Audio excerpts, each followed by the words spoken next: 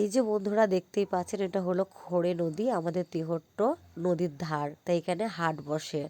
তা এই হাটে সবাই অনেক সবজি কেনাকাটা করে। আমরা কখনো কেনাকাটা করতে আসি না, কারণ আমাদের বাড়ির থেকে এটা অনেকটাই দূর। আমরা এই টোটোতে আসতে আর কি 10 টাকা ভাড়া নেয়।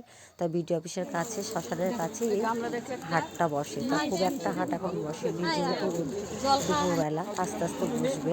তা আজ হলো বৃহস্পতিবার। এই দেখেন অফিসের পাশেই হাটটা। তা এই যে অনেক কিছু এখানে বিক্রি হচ্ছে। এখানে কাঁচা ছোলা, গজরা, তিল, সমস্ত কিছু এখানে আছে। তা আজকে হাট থেকে কিছু না কিছু জিনিস নিয়ে যাবোই ভাবছি।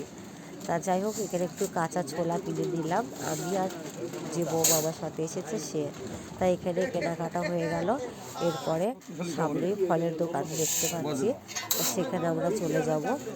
তা এখান থেকে কিছু ফল কিনে নেবো। তা খুব ভালো লাগছে দেখতে। তাই এখানে আঙুর ফল খুব সুন্দর লাগছে দেখতে, বেশ মোটা মোটা বড় বড়। তো এখানে আঙুর ফল খেয়ে দেখলাম, খুব স্বাদ মিষ্টি।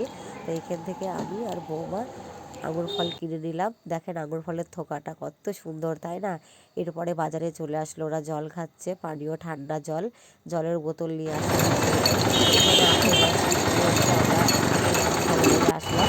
তো এখানে আমাদের এই পাড়ার এক বাবলি দিদির ছেলের সাথে দেখা, সে আর আমাদের দাম দিতে দিল না, ওই দাম দিয়েছে আর কি আখের রসের। তাই এখানে এই যে কাঞ্চন ফুলের গাছ, রাস্তার ধারেই কাটাখালির কাছে গাছটা আছে, গোলাপি কালার কাঞ্চন ফুল। আমার তো খুব ভালো লাগে, প্রত্যেক বছরে দেখি এই গাছে ফুল ফোটে। আমার ভীষণ ইচ্ছে করে এই ফুল গাছের কাছে সেটা ভিডিও করব। তা এই আশাটা পূর্ণ হয়ে গেল বন্ধুরা, খুব ভালো।